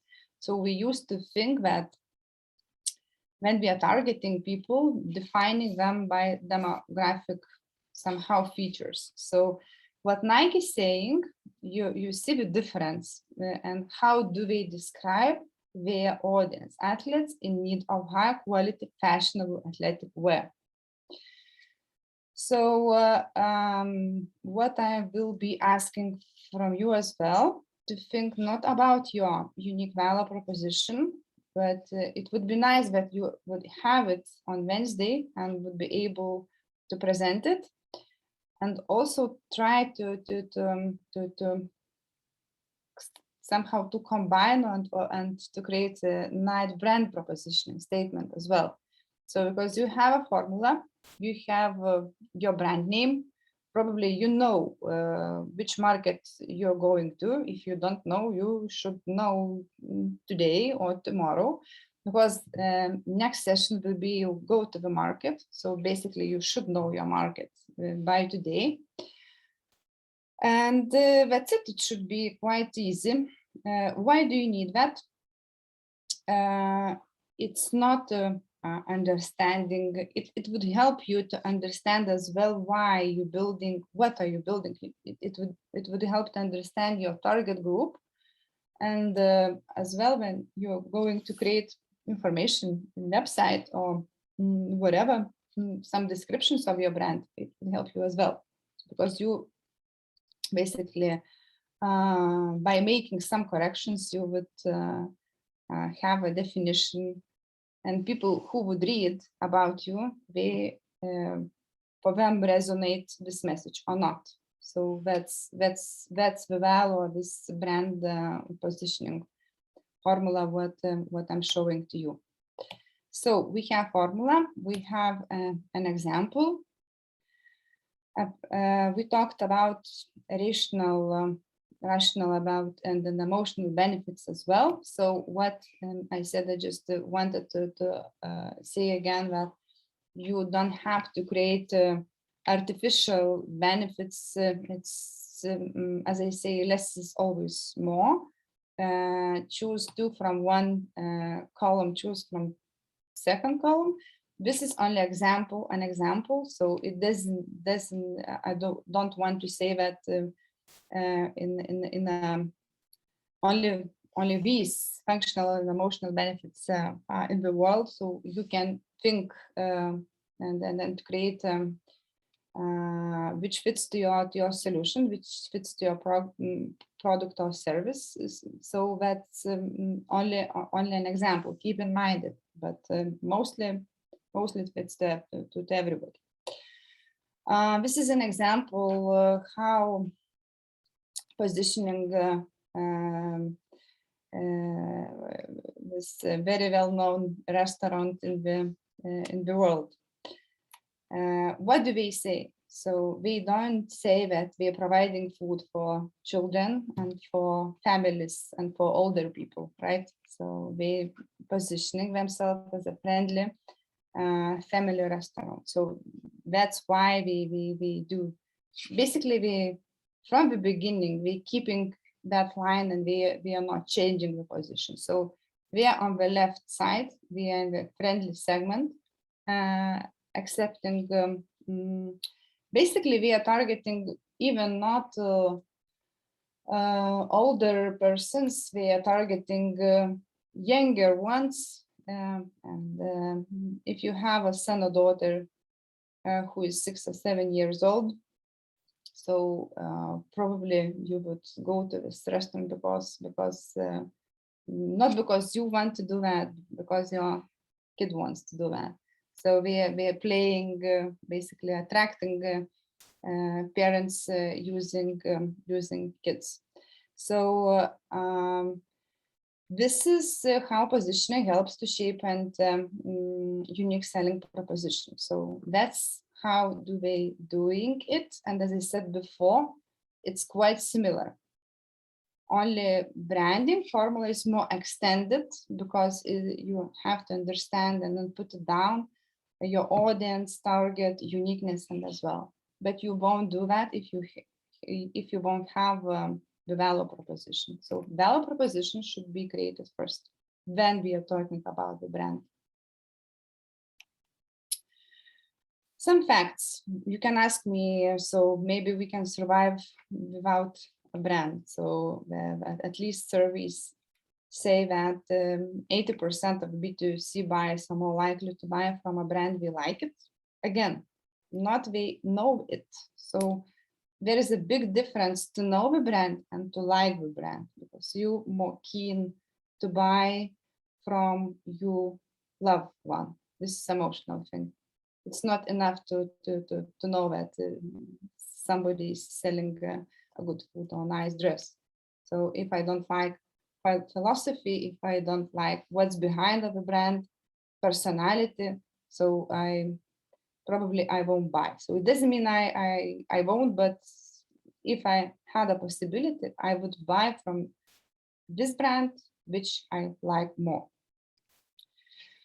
A bit different in B2B segment, because here rational arguments are more interested to consumers than emotional, so it's 50-50. So basically, that's why even investors, they're recommending to start when it's especially it's your first startup, we recommend to do B2B startup because it's more easier. Because you don't have to spend so big marketing budgets to attract your customers, and you can't attract them not investing to your brand. So it's not basically possible. In B2B model, yes, it's possible. If you have this hygienic brand elements in place, nice logo, nice design, nice brand identity, basically, what do you need more? So basically, that's a nice proposal, maybe a PowerPoint presentation template, website mentioned before, and that's fine. But still, we will talk about B2B communication and how social media can help you to increase awareness tomorrow as well. That's the different story. The last thing, probably the brand allows you to sell 3 times more expensive. It's also the number is taken not out of the blue, but at least surveys say that. Of course, it's more likely to be B2C business, but that's why you invest into the brand. So, and look what happens when you're telling these stories and explaining why you're existing without the wish to earn money. You can sell it 3 times more expensive. So basically, it's all about the money, but creating stories and then engaging people. When we want to be associated with a brand, we're keen to even to pay 3 times more. So that's fine for them, even if they have a similar proposition from your competitor. If they like you more than your competitor, they will pay you 3 times more. And I heard a nice quote that if the brand can offer only a price, it's very sad. Yeah, it's very sad. That's why the brand exists. So that's why we have to tell the stories. So yeah, but there is a lot of brands who are trying just to offer a price, and they're competing until the margins are like almost gone, and still nobody wins from that. Except customers. Yeah. So in this way,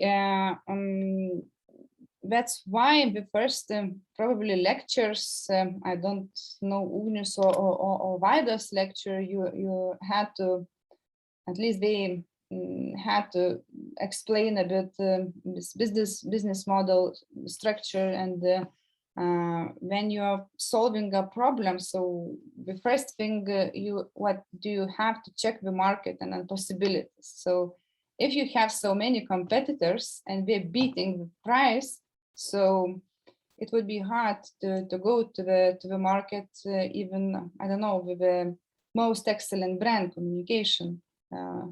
Of course, you can offer something something different And when we are talking about value proposition, we sometimes think that we have to give something extra, but it can be even simple soft thing. For example, I don't know, 24/7 consultations, or chatbot, or sales manager answering to your question, I don't know, after 2 minutes at latest. So it's possible to create added value even in the very much competitive market. But again, when you're doing startup and it's your first time, you won't have the resources and big marketing budgets for marketing, for brand communication. I mean, it could be complicated, and I wouldn't recommend to go to that kind of market. And it's not so much important. And the last, I think, thing when I was talking about brand communication, now we have to talk about logotype and structure. So I don't know if all of you already created logotypes, but my suggestion is to pay attention to the graphic symbols, name, font, and colors. So basically, this is it. And visual identity of a brand, it's possible to create in different ways. So there are mascot logo designs, emblem logo designs, word mark, abstract mark logo. So see the difference of all of them. So I wouldn't say that one of them good or another one's somehow doesn't relate that.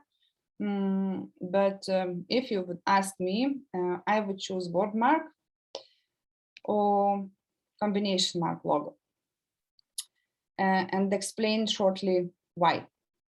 When you are very new to in the market, so it's better to have a name and a symbol, and and then you're able to play around, sometimes to use symbol, sometimes to use the name.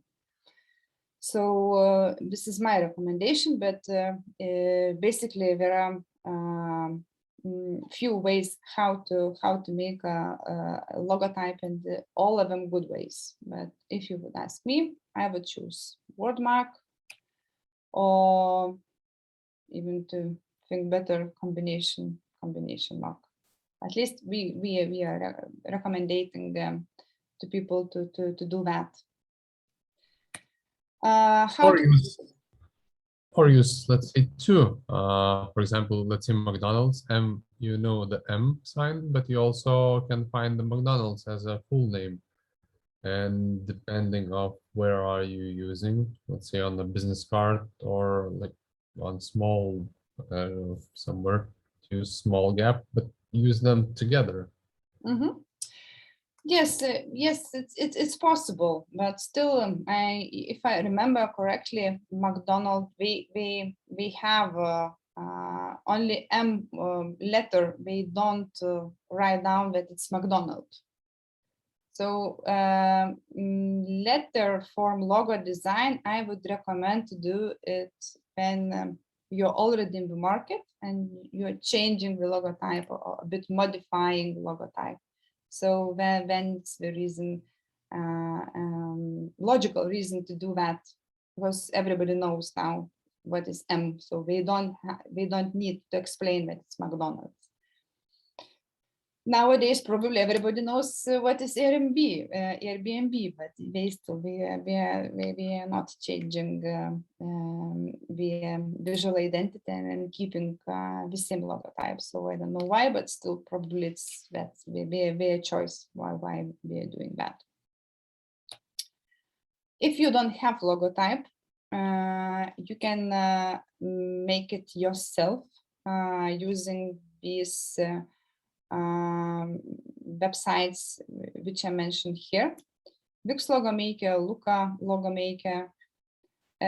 If you don't want to spend your time or have at least, I don't know, 100 or 200 euros, I recommend to ask agency or freelancer to do that. So if you brief them correctly, so if you explain them what we have talked today, so what kind of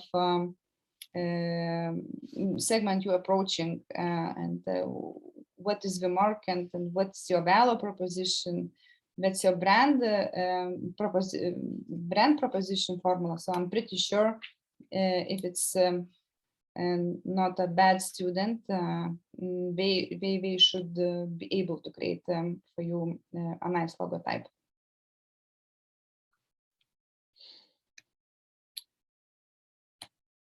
How to tell the story. So this part I would like to leave for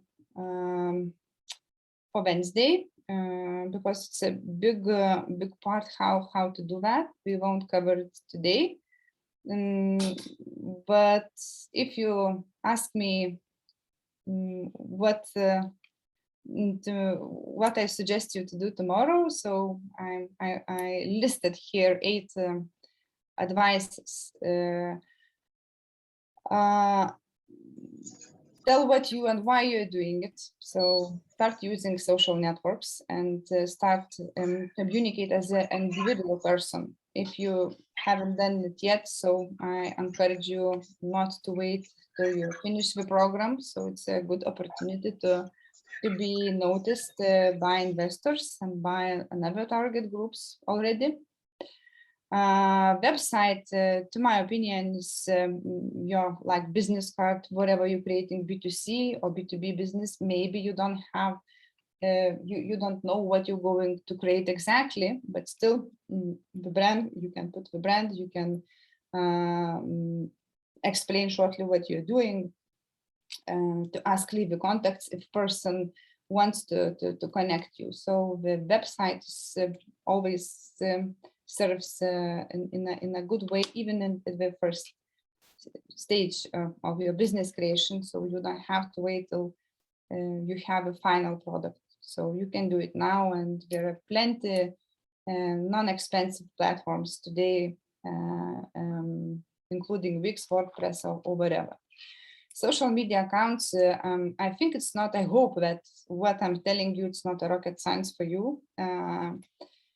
It's not necessary, to my opinion, so speed up to create corporate accounts, but to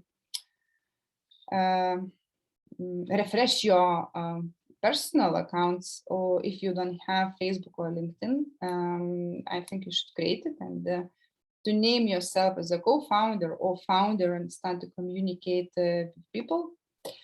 To look who can promote you, but this is also I would like to leave for tomorrow. Bring news to journalists. So probably it's earlier to talk to journalists to you, but if you have something, so from my experience, I hear that for people it seems like a scary thing to call or to write a message or to spread whatever, to send a press release to even well-known journalists. So because you are a startup, nobody will write about you. So believe me, they will, but you have to give them interesting content. So nobody will write something about you if you won't be interesting. So you have to give something to them. But it's possible, and you see in the market, startups are very much promoted. So they never were so much promoted as they promoted during last 2 years. How to create engaging content, I will tell you as well tomorrow. How to technically write a good message also, I'll tell you about it tomorrow, because it's also there is a simple recipe. I'm using it, my colleagues are using it, testing, and it works. So with some of you, I know that we already had the conversation, and you're doing a very great job. Sum up. So what's will be asking by me till Wednesday, to think about your customer persona, not to think, but to write it down, because it would be easier for you to understand to whom you are going to communicate. Customer persona 1, for example, has 3 pains and 3 goals, and it's enough for the moment to understand how to proceed further. Customer persona number 2, so how probably it would be different. The pains and gains will be different as well. So I don't think that you should write it down 10 of them, but at least 1 or 2, just to understand how it works. So what we are going to do with it, so we are going to create a message. So to create a brand message to your customers during the workshop. Value proposition, as I mentioned before, I don't know how many times I mentioned it, probably 10 or 20. So if you don't have it, you should have it. Brand promise, don't be afraid and don't over-invest it, so you don't need it now. Logotype and the name, stop it. Wait. Also about the name is very important, because when you're talking on the brand name, you somehow to be able to describe yourself, right? Slogan, tagline, it's not so much important as well. So I would pay attention basically to value proposition. Try to write it down, brand positioning formula, keeping in mind what value you're creating to your customers. That's the second thing. The third thing, think about your customer persona. In order we could create together or try to create a brand message before our workshop, and you will be able to share with other colleagues. So how did it work for you? So basically 3 things: value proposition, brand positioning formula, and customer persona. Part of the template, I would say, pains and gains. And this is it. This is all about complicated, seems like complicated thing about brand, but it's not so complicated when you understand the whole structure. How does it works? So how do you feel today? Is it more clear, something new, nothing new at all? No workshop is needed and no social media lecture tomorrow is needed, maybe. About myself, just were cleaning the dust from what I have learned. And can you tell about your startup and those 3 things which you are asking to do for us? Can you tell about your startup? Yes, actually I can. iHome is how to say startup, startup health tech startup for families with dementia, especially for Alzheimer's. What do we solving? Actually, we're solving 2 problems, one emotional, the second one functional. One emotional, we are supporting caregivers, these people who are taking care about their old relatives who have Alzheimer's disease or other dementia forms. That's functional, emotional benefit. So we are giving them advices how to act, how to not to confuse personal life and duty, how to help for this old relative. That's emotional benefit. We are saying that our brand is always together with them. Functional benefit is what we are saying. We are promising that we will be always checking patient's location and will send information when the safe zone will be left. So basically we have 2 benefits, one functional, another emotional. That's mostly it. And how do you track with some kind of bracelet or something? Yeah, so with the Apple Watch. Do you think it's not too expensive? Okay, I'm just asking if you're okay with that. No, we checked already market because we are going to United States market, not Lithuania. For Lithuania, that's for sure. It will be too much too expensive, and then market is so small. But in United States, it's a bit different. Basically, kids are giving all the Apple Watches to their parents. They basically used already to have something on their hands. And our primary target group is not people who are so much affected, but basically it's the first stage of Alzheimer's who are Okay, because usually the people there who has dementia and Alzheimer's, they don't like any suspicious things on their hands or somewhere else around it. So usually they're trying to remove what's not. Yeah. So it's basically very early for people for a very early stage of dementia or Alzheimer's. And what we are doing, so we're also testing. Basically, we only finished with Telesoftas to create an app and this technical solution. So also finished some agreements. If you're asking, it's not about the brand, but that's basically I can share what the strategy, what's the marketing, our going to the market strategy. So it's mostly people who are giving advices in the United States to these families with dementia. So caregiver advisors, they call themselves. So we signed already 5 agreements. So basically they will be communication channels and will promote our app and our solution. And of course they will be given by royalty fee, but that's a different story. So this is how we are doing it. I'm not sure that our slogan is finished. We thought it could be, let me, I just forgot myself. A minute.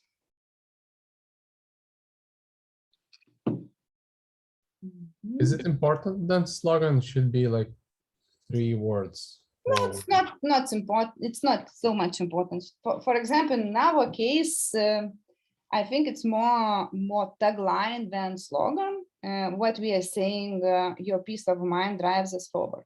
So basically, we choose this brown segment, very much caring one.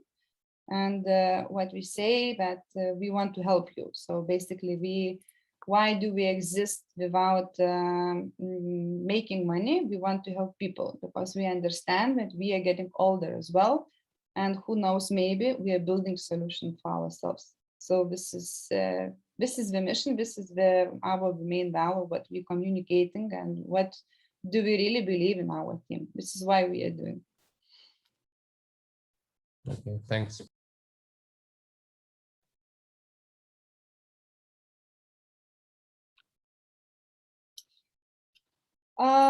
Other questions and reflections. So almost 3 hours we spent together. We were talking about brand positioning, functional, emotional benefits as well.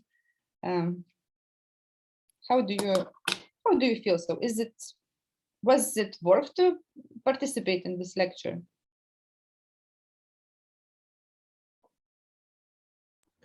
For me, it's not, but probably you have seen that I'm communicating a lot. So,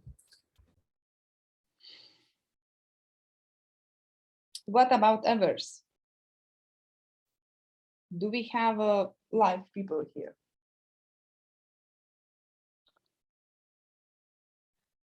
So for me, it's very interesting, and I find it very valuable just to hear something I never heard about or never thought about. So thank you very much. Thank you for your reflection and Yep. for staying here for And hours. yeah, and there will be, some guidelines to think about until tomorrow for sure. Mhm.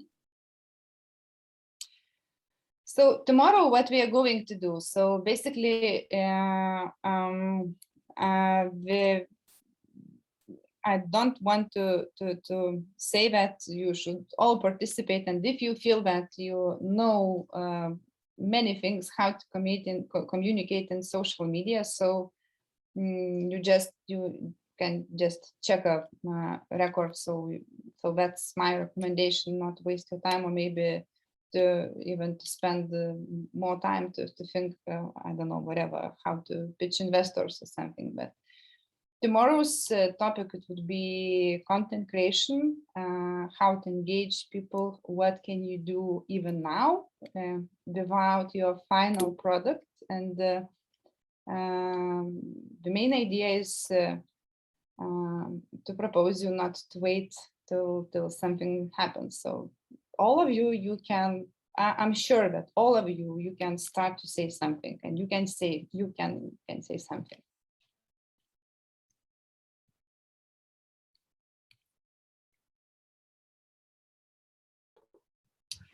And Aurelia, when will start tomorrow webinar? At 5 or at 4? At 4 o'clock. Okay, thank you. Just Milda double checked the schedule, and it's 4 o'clock, 4 p.m. And not seminar. Yes, we can call it a seminar. It won't be so long. It will be around 2 hours, I suppose. It will take a bit less time.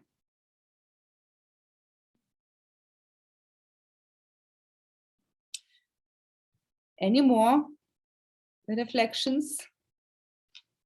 I'm downloading what Darius you sent to me.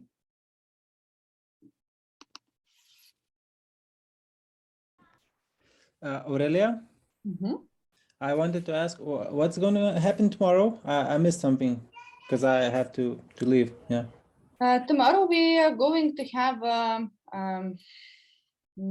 lecture. So I hate to say it and to name it. But yes, I'm going to share the advices how to communicate in social media. So how to construct the message, how to make it, how to engage people, and how to what is the difference between social media networks. So which ones it's wise to choose, because even now I would recommend not to choose all 3 or 4, 5 of them. For example, if you're doing B2B business, you definitely don't need a TikTok, right? So and you don't have resources, you don't have social media agencies. So basically it will be combined by 2 parts. So one part is content creation, another part is how to make it visible, because it's also there is a recipe. So okay. It's very important to know how technically to make a message correct. So whom to tag, what kind of hashtags to use. Okay, I see. And Wednesday we also gonna have a workshop, yeah? Yes, Wednesday we're gonna have a workshop. So what I will be asking till Wednesday to have at least clear as possible value proposition in one sentence. It's needed that in your pitches, when you're going to pitch to investors, it's needed to be able to say in one sentence. So when you know this one sentence, then you will be able to create a brand positioning formula, basically. That's the second task. The third task, to know your customer persona, what and how it helps, basically knowing their pains and gains. You could easily to construct a message and to bring attention to your brand. So it's 3 things we are going to do. So basically, one more thing, we are going together to do exercise and you will be picking up your brand values. So basically you will be working in your team, so individually as you want. If you don't have a team, so probably you will be thinking about brand values, which one fits to your brand the most. Okay, thanks. Yeah, so it's very practical, and the difference is I was talking 3 hours. So on Wednesday, I will be talking 15 minutes. You will be talking 2.5 hours. I will be reflecting and then and keeping a discussion. Okay, thanks. Have a nice evening. Thank you all. So see you tomorrow, and see you after tomorrow as well. Thank you, bye. Thank you. Thank Bye-bye. you. Viso, ačiū. Ačiū, viso, iki. Viso.